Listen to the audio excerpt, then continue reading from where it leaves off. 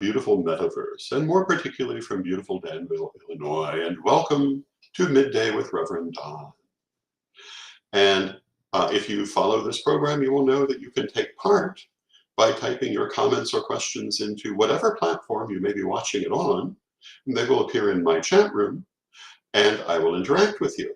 And I love to interact with you, and very often where this program goes is directed from the viewers and through their comments and questions. As today, I usually start out with an idea of what I'm going to say and talk about, but it certainly can go in different directions, and some days it goes in very unexpected directions. And so I hope that hope you like that aspect of the broadcast. People seem to. And I really do enjoy for it to be a conversation. Hello to Janet in the chat room. Good to see you, Janet. And I love spending this time with you. I love actually interacting with you. Today I wanted to talk about some of the new things I'm doing. I've talked about my Patreon at revdonlewis.com and how I've added a number of new features. I've added a monthly newsletter. The first one I expect to be before the end of this week. I have added a monthly seminar. The first will be on the 24th of June. And if you would like to join that seminar, you can sign up at that tier on Patreon. Or if you're not on Patreon and don't wish to join the Patreon, you can simply buy a ticket and attend that way. They're $25 at CorellianPublishing.com. And of course, at the highest tier, there is a monthly consultation. We also have a monthly mystery offering, which will be different every month. So there are a lot of different things coming at the Patreon. We're beefing the Patreon up and offering progressively more.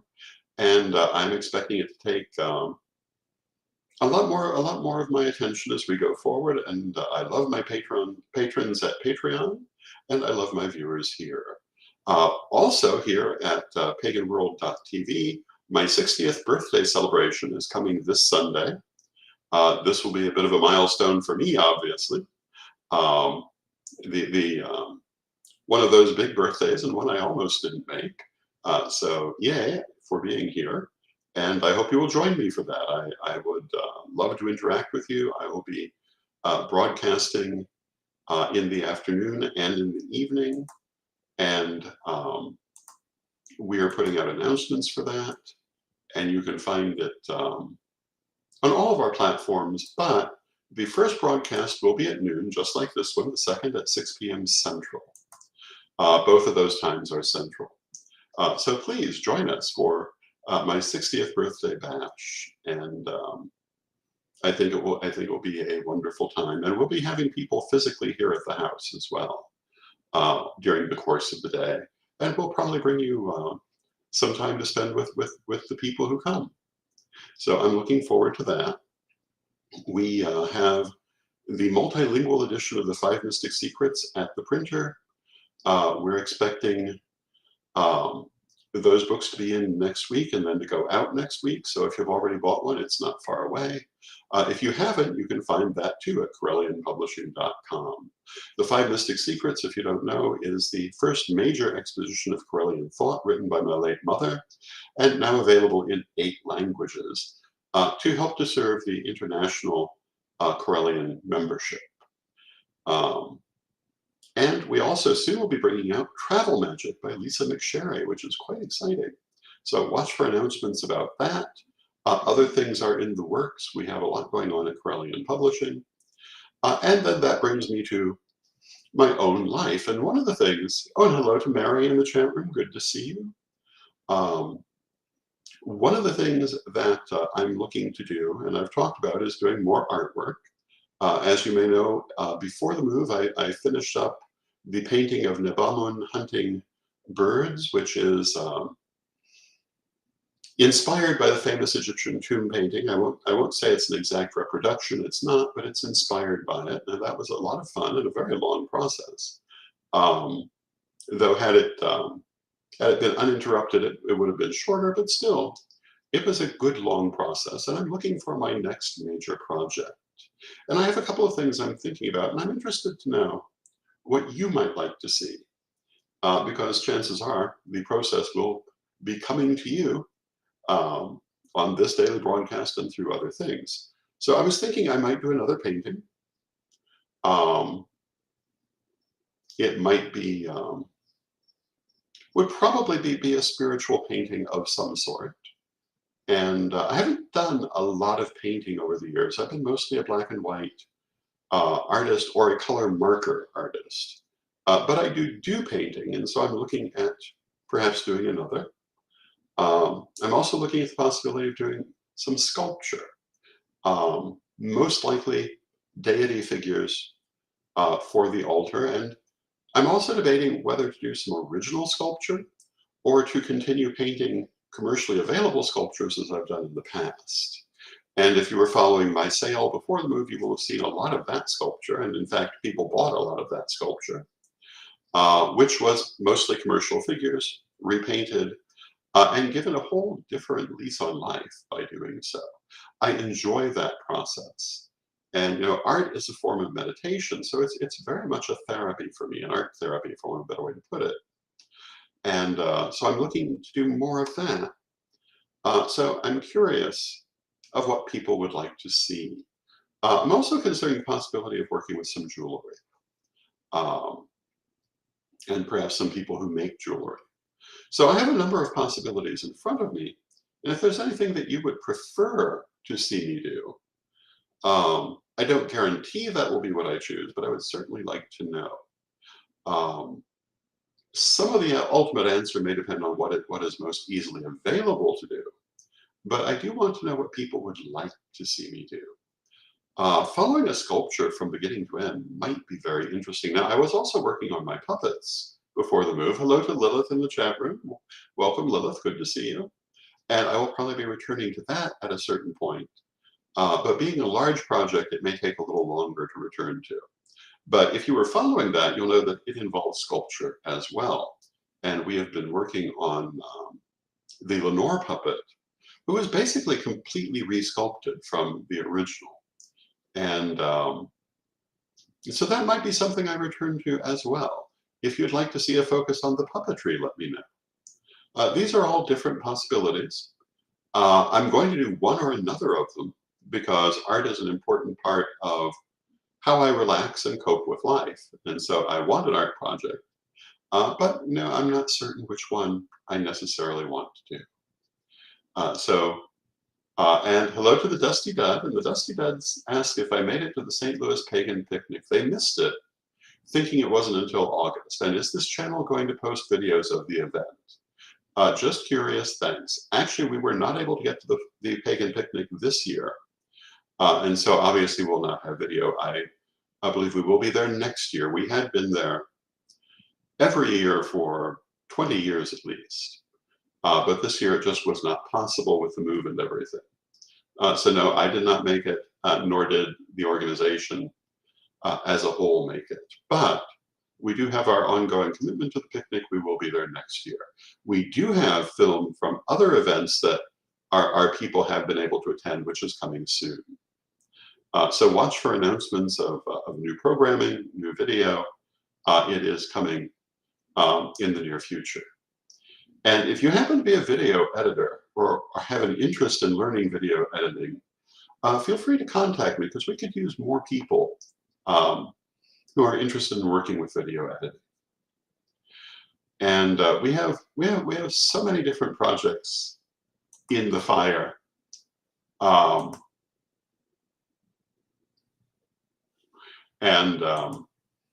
So many different things coming that I could probably occupy this program just with announcements. But of course, that would not really fulfill the purpose.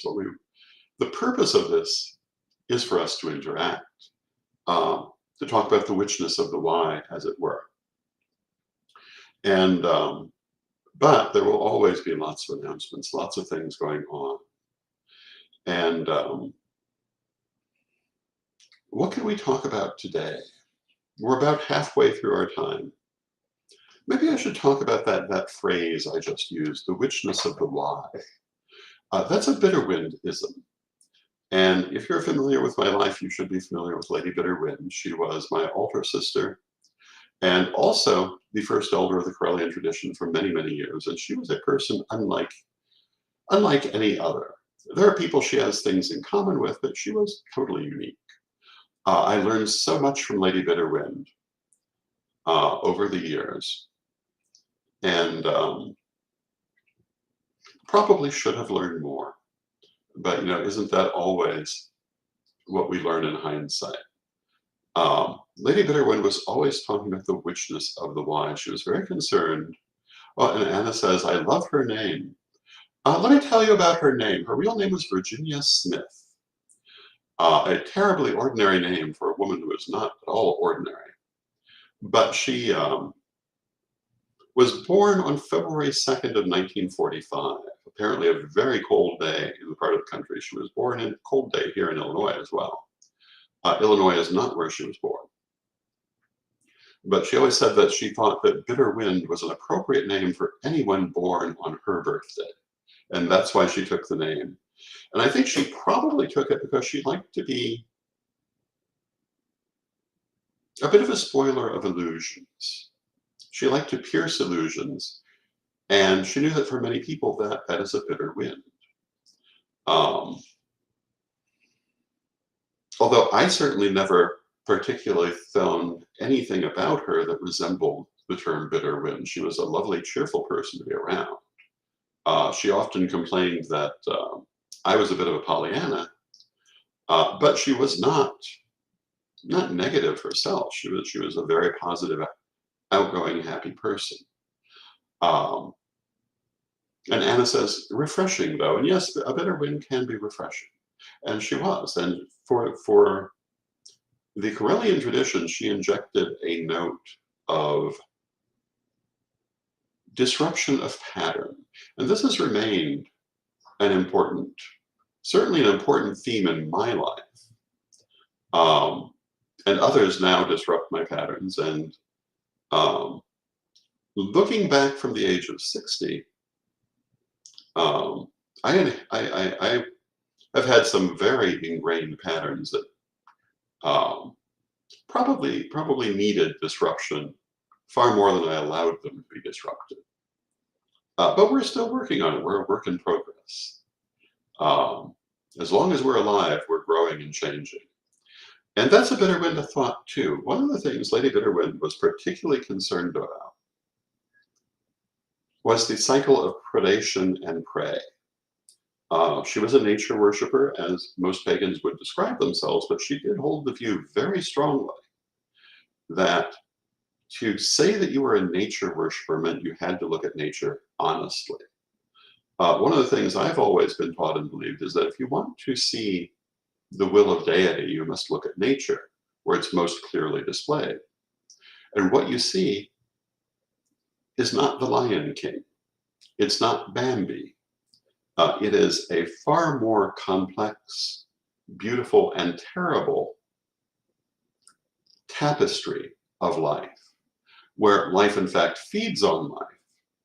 And we must assume, seeing this, that this is the nature of life. And in fact, if we look at life, if we look at evolution, we see that this has always been the case, and that it must be part of the divine purpose for this to be true.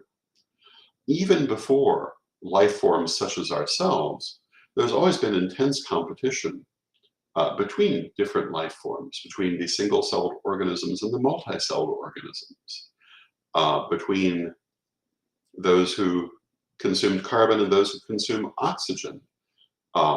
Every new growth has been accompanied by conflict and predation and prey. For Lady Bitterwind, to overlook this concept was to disavow nature. And of course, she's correct in that. Now, what does that mean? Does it mean we go out and become predators? No. It means that we must acknowledge that, for example, death is part of life, that the challenges that we must face in life are part of life, that it's not meant to be a paradise where nothing ever goes wrong or differently from what is expected, that it's always been meant to have a certain level of conflict and challenge, that this is in fact what moves life forward. That was one of Lady Bitterwind's central points of view. She had many others, and she actually, one of the things that perhaps would be a good project in coming months is to bring her writings back into publication. In her lifetime, she was known much more as an artist than as a writer, but she did write. When I was doing the Wheel of Hecate magazine, she wrote a number of columns called Dirty Tricks Incorporated, which she used to expound upon what she thought were the deceptions of the world. Hello to Kazan in the chat room. Good to see you, Kazan. One of them, well, a lot of them had to do with government. Lady Bitterwind was not pro-government.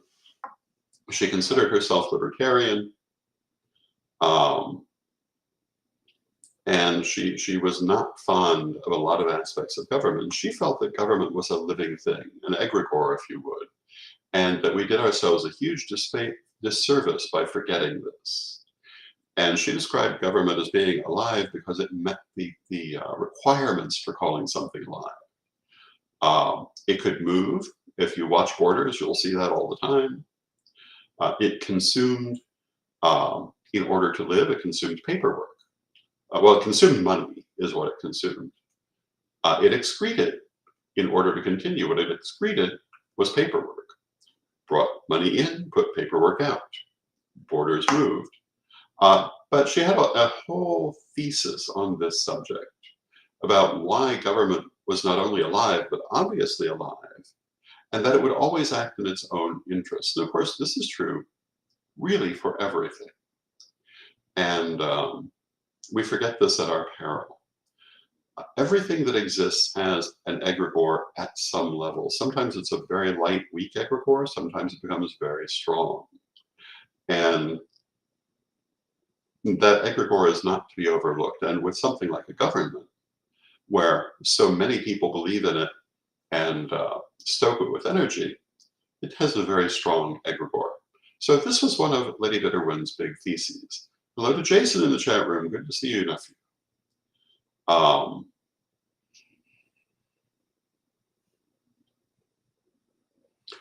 In later years, Lady Bitterwind returned to artwork, and every piece of her artwork included a symbol of each of the 4 elements. Some people feel that they remember her artwork as also containing a symbol of masculine and feminine. And though this was often true, it was not always true. It was the elements that were always true. But her artwork was based on the idea of upcycling. And she would take old items, recombine them in new ways, usually to express a spiritual concept, which was sometimes very overt and sometimes not. In fact, if you have been following some of our social media, you may have seen that some of her major pieces were recently redistributed to Lady Alyssa, to Lord Phoenix, to Lady Kai, and to Lady Aisha. And each of these had its own very distinct meaning, as everything she did had a distinct meaning. And she had a way of looking at symbolism that was very piercing. I can remember when I was maybe 14 or 15 years old and I had done a drawing. And she was explaining all the symbolism in this drawing to me, none of which I had intentionally put into that drawing. But I had to admit it was there. And that is an interesting comment on the nature of life in the universe. And I find myself these days trying to be increasingly conscious of the fact that just because I may not have been conscious of something doesn't mean it wasn't done, that I did not do it. You know, sometimes things happen from our inner self, our higher self, our shadow self, and completely bypass our conscious self. Or they happen from the egregore we're working with.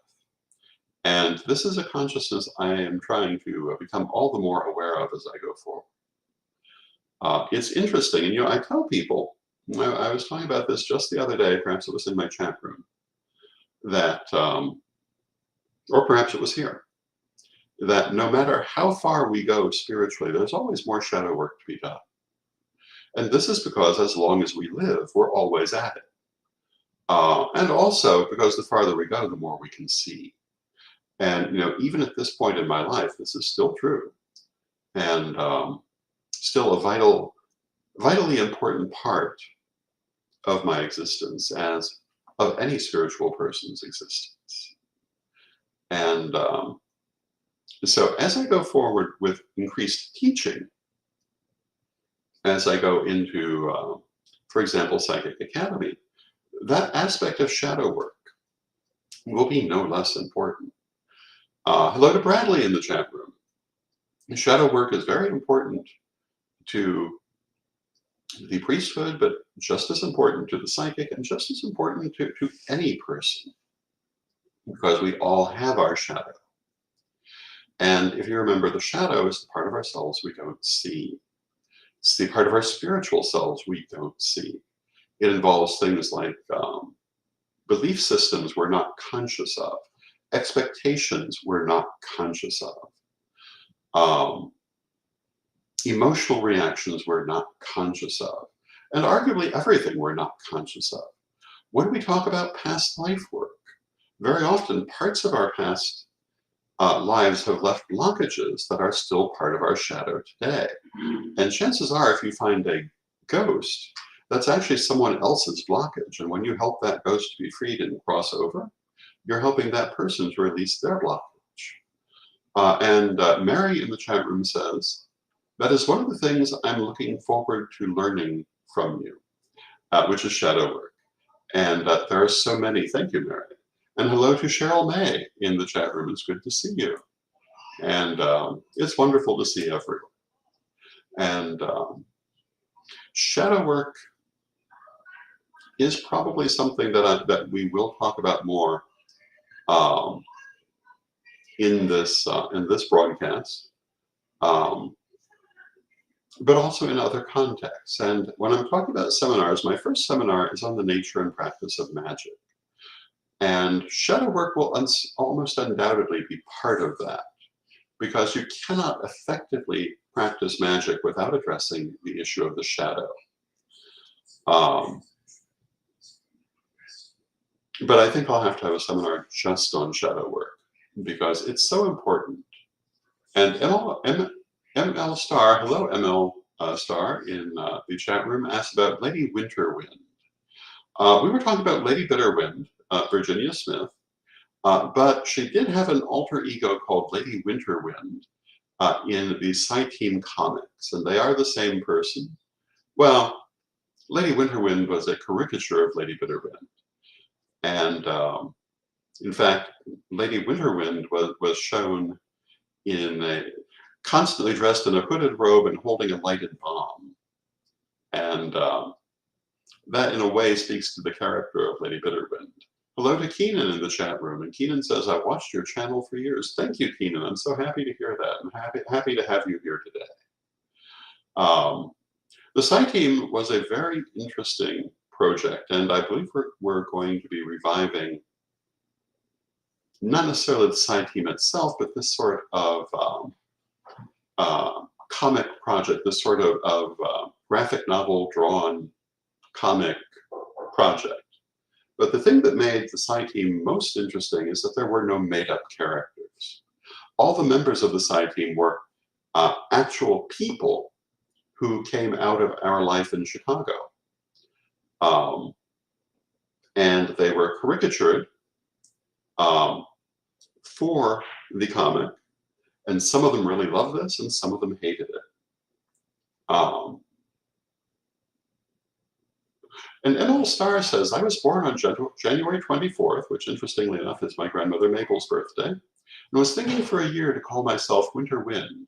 My mom's name is Winifred. Winter Wind is a lovely name. And this would be a namesake, I suppose. One of the really interesting things about the Psi Team is that the one time I resolved to make up a character, the person actually showed up at the next event I went to. After months of caricaturing real people, I inserted a character who was a psychic hairdresser. And she gave a whole speech about how different hairstyles affect your ability to received messages from the aliens because she was talking about how to communicate better with aliens.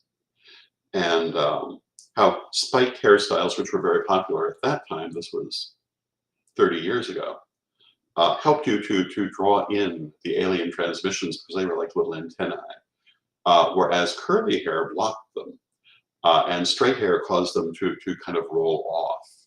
And there was a whole spiel, and put out by the psychic hairdresser.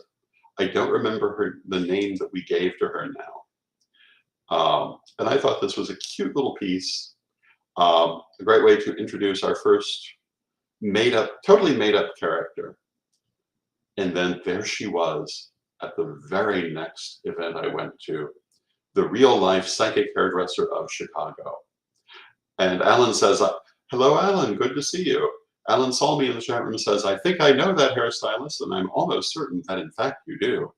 She was so horrified to be included in this and thought that it was meant to make fun of her, when in fact I had not known she existed. I thought I was making it up. But the vast majority of other characters in every iteration were people I actually did know.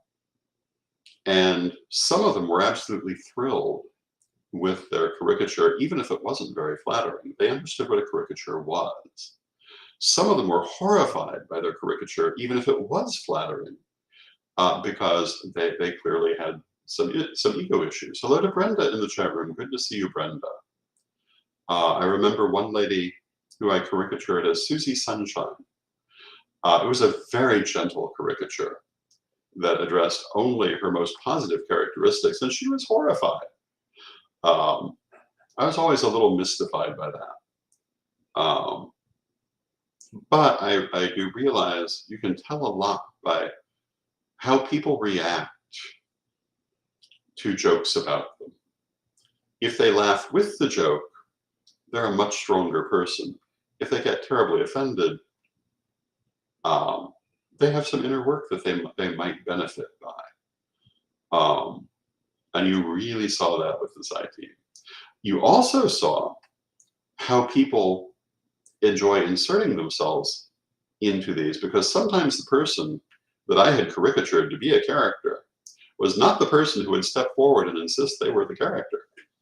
And we also had one particular scene where we had a large number of caricatures, unnamed, who represented the local pagan gathering. And so many people thought they were in that picture, and they were very happy and proud to be in that picture. And I had not included them, but they saw themselves in it, which was a wonderful thing. And I certainly never told anyone, at least I don't think I did, that it was not them, because of course it can be them. But it was interesting to see how many different people some of these caricatures could be. And that gave me quite a nice little bit of joy. In fact, I'd have to say the Sci Team in general was a joyful project. So as we look at new things we're doing, there probably will be more coming in terms of comics. And Alan says, rather like an ink blot test, you see things because of your internal stuff. And yeah, that's exactly how this comic affected people. And with that, I see that we've reached our half hour. I want to thank you for being here. I love spending this time with you, and it's so good to see all of you, especially those I haven't talked to for a little while. Thank you for joining me. Please join me again tomorrow, and we'll have another lovely midday conversation. And as always, this conversation can go anywhere you want to see it go. Just tell me what you'd like to talk about. Or, like today, I will go where I'm at. So thank you, and let us close with our prayer. Divine Mother Goddess, Divine Father God, beloved ancestors, we thank you for all that you do in our lives, and we ask you to help us to always keep a sense of humor about ourselves and to see things realistically, both about ourselves and the world that we live in. Help us to appreciate the nature of nature, the nature of the universe, the nature of life, and not to struggle against it, but to ride the waves that carry us forward. And help us to see our own foibles with humor and with joy. Divine Mother Goddess, Divine Father God, beloved ancestors, we thank you with great love and with respect. Knowing you are always with us, we bid you good day, and may you be blessed now and always. And I thank you for joining me. I love you all. I love spending this time with you. Please join me again tomorrow. And until next time, may you bless and